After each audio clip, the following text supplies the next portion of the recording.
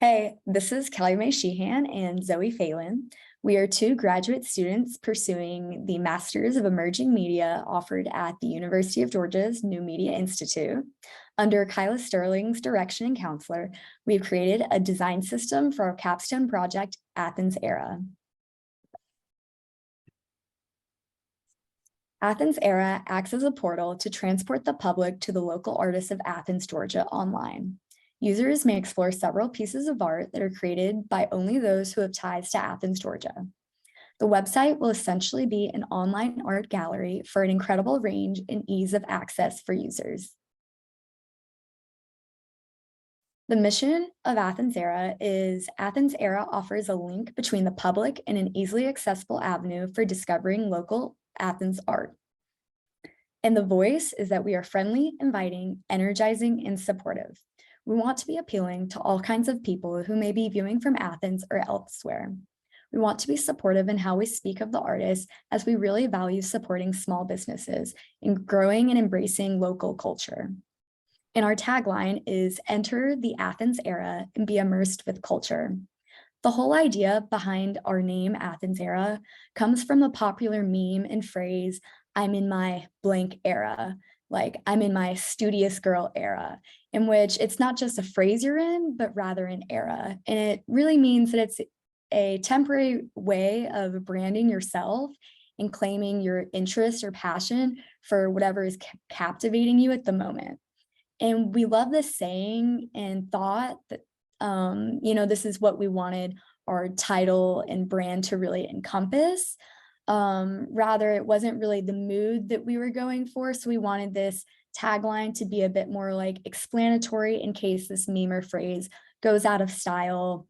And going through this whole design process, we've always tried to keep in mind that we always need to be thinking about the future of this website and the success and the sustainability of this for our website going forward. And that brings us to our logos. And this was a really exciting element to create. We wanted to ensure that we captured the brand voice and the mission all in one. So this led us to determine that a more sleek and minimalistic appearance would be best. We ended up utilizing the Poppins font as a foundation so that we were able to maintain a familiar and non-jarring appeal. And the standard logo itself appears in two color variations. The first is with the brownish red type and a bisque arch. The second is the inverse of the first.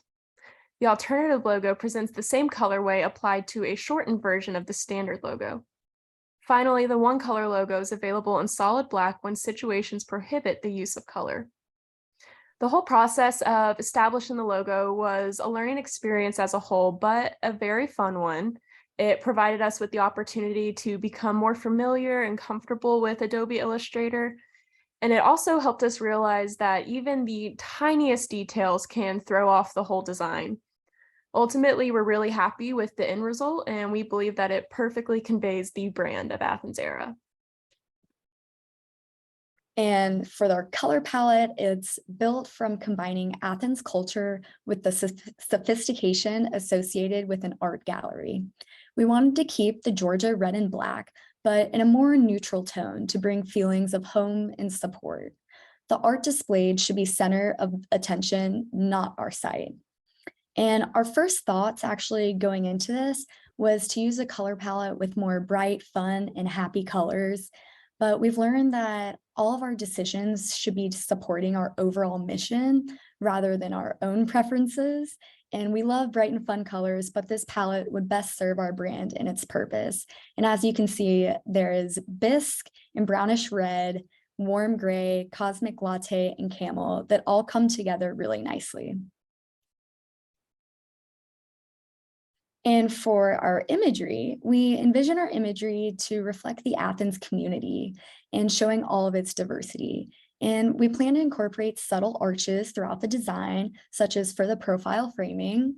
And for the art, we want the experience to be similar to a physical art gallery. So the art will be displayed in a Pinterest board layout type of format.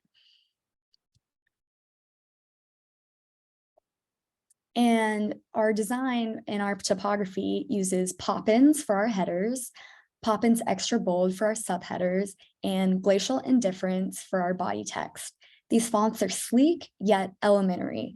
They're sophisticated yet simple, and they are not outlandish or extreme, and they really aim to bring feelings of a clean aesthetic and a put together interface.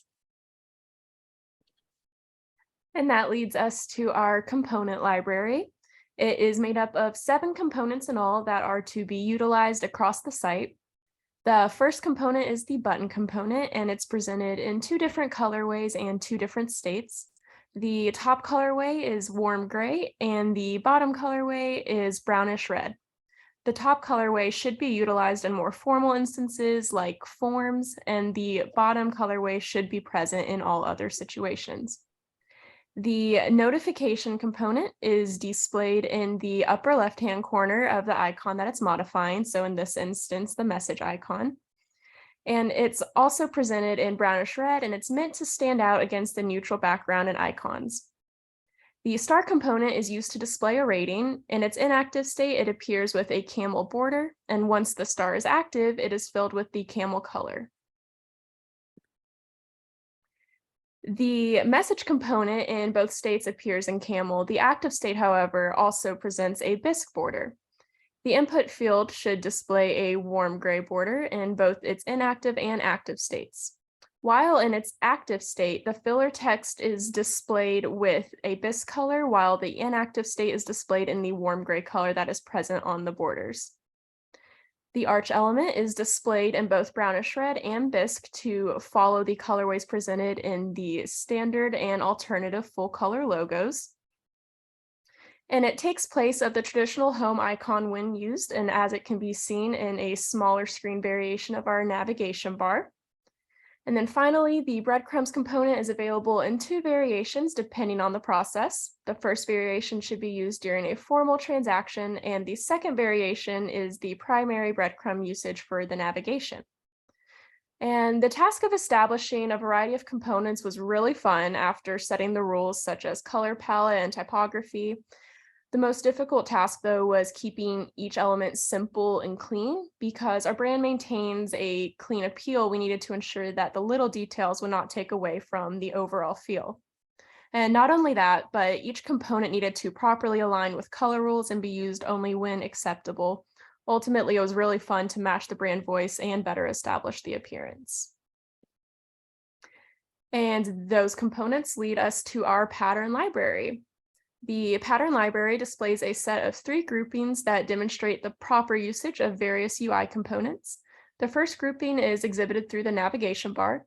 The bar is presented in 3 sizes according to the 3 general screen dimensions. The large version highlights the standard full color logo with surrounding navigation items.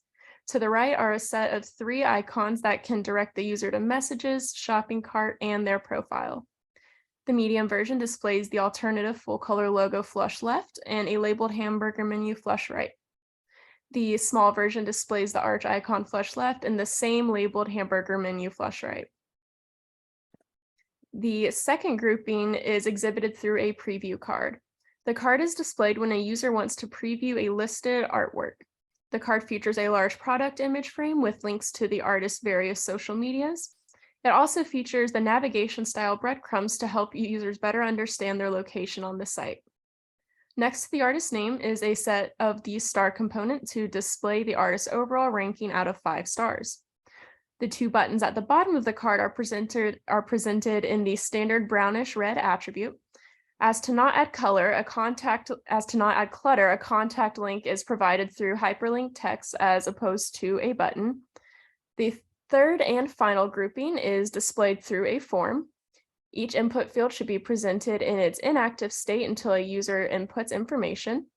The formal warm gray button is utilized in its inactive state until the required input fields have been completed. Artwork may also be used in the background of the form so long as it obeys color guidelines and utilizes appropriate colors. Creating the pattern library was almost a little too easy after creating each component. Being able to convey the brand through its components made it easier to establish each grouping. It was also a large period of trial and error as we tried to understand which components worked best in certain places, and we're really happy with how everything came together in the end. And here's our tool stack. As you can see, we used several products for our prototyping, design, and development. And these are products that we have used and will be using to complete our project. So thank you so much for listening to us. We hope you enjoyed, and I can't wait to see what's next for us. So please follow along.